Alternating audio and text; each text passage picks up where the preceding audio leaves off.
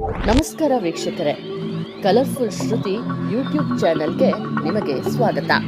ಅಯೋಧ್ಯೆಯ ರಾಮ ಮಂದಿರ ಉದ್ಘಾಟನೆಗೆ ಕ್ಷಣಗಣನೆ ಆರಂಭವಾಗಿದೆ. ಹಾಗಿದ್ರೆ 21 ಜನವರಿ ತನಕ ಏನೆಲ್ಲ ಕಾರ್ಯಕ್ರಮಗಳು ಆಗುತ್ತೆ, ರಾಮ ಮಂದಿರದಲ್ಲಿ ಪ್ರಾಣ ಪ್ರತಿಷ್ಠಾಪ ಪೂರ್ವ ಆಚರಣೆಗಳು ಹೇಗಿರುತ್ತೆ ಅನ್ನೋದನ್ನ ನಾವಿವತ್ತು ನಿಮಗೆ ಹೇಳ್ತೀವಿ.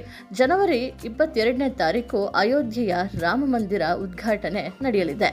ಪ್ರಧಾನಿ ಮೋದಿ ಅವರು ಅವತ್ತು ರಾಮ ಮಂದಿರ ಉದ್ಘಾಟನೆಯನ್ನ ಮಾಡೋರಿದ್ದಾರೆ. ಈಗಾಗಲೇ ಜನವರಿ 22ರ ರಾಮ ಮಂದಿರ ಶಂಕುಸ್ಥಾಪನೆ ಸಮಾರಂಭದ ಪೂರ್ವಭಾವಿ ಆಚರಣೆಗಳು ಅಯೋಧ್ಯೆಯ ದೇವಾಲಯದ ಸಂಕೀರ್ಣದಲ್ಲಿ ಆರಂಭವಾಗಿದೆ. ಈ ಕಾರ್ಯಕ್ರಮಗಳು ಜನವರಿ 21ರ ತನಕ ಮುಂದುವರಿಯುತ್ತೆ. ಜನವರಿ 22ರಂದು ರಾಮಲಲ್ಲಾ ವಿಗ್ರಹದ ಪ್ರಾಣ ಪ್ರತಿಷ್ಠಾಪನೆಗೆ ಅಗತ್ಯವಾದ ಕನಿಷ್ಠ ಅಗತ್ಯ ಆಚರಣೆಗಳನ್ನು ನಡೆಸಲಾಗುತ್ತೆ ಅಂತ ಈಗಾಗಲೇ ಟ್ರಸ್ಟ್ ಸ್ಪಷ್ಟೀಕರಣ ನೀಡಿದೆ. ರಾಮಲಲ್ಲಾ ಪ್ರತಿಷ್ಠಾಪನೆ ಅನುಷ್ಠಾನ ಆಚರಣೆಗಳು ಪ್ರಾರಂಭವಾಗಿದೆ. ಜನವರಿ 22ರಂದು ಪವಿತ್ರೀಕರಣದ ದಿನದವರೆಗೆ ಮುಂದುವರಿಯುತ್ತದೆ.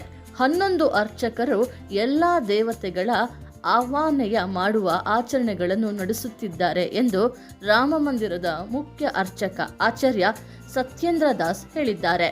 ಪ್ರಾಣ ಪ್ರತಿಷ್ಠಾಪನೆಯಲ್ಲಿ 7 ಅಧಿವಾಸಗಳಿವೆ ಮತ್ತು ಕನಿಷ್ಠ 3 ಅಧಿವಾಸಗಳು ಆಚರಣೆಯಲ್ಲಿರುತ್ತೆ.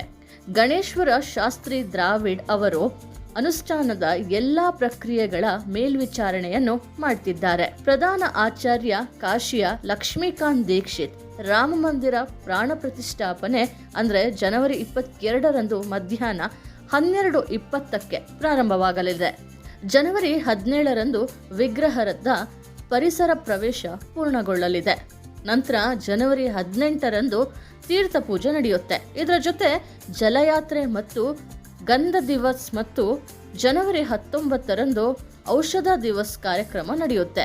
ಕೇಸರಿ ದಿವಸ್, ಗೃಧಾ ದಿವಸ್, ಧಾನ್ಯ ದಿವಸ್ ಕೂಡ ನಡೆಯಲಿದೆ. ಜನವರಿ 20ರಂದು ಶಕ್ರಧಾವ್ ದಿವಸ್, ಫಲ ದಿವಸ್ ಮತ್ತು ಪುಷ್ಪ ದಿವಸ್ಗೆ ಸಂಬಂಧಿಸಿದ ಧಾರ್ಮಿಕ ವಿಧಿವಿಧಾನಗಳು ನಡೆಯುತ್ತೆ. ಜನವರಿ 21ರಂದು ವೇಳಾಪಟ್ಟಿಯ ಪ್ರಕಾರ ಮಧ್ಯಾಧಿವಾದಿ ಮತ್ತು ಶಯ್ಯಾಧಿವ ಆಚರಣೆಗಳು ಪೂರ್ಣಗೊಳ್ಳುತ್ತೆ.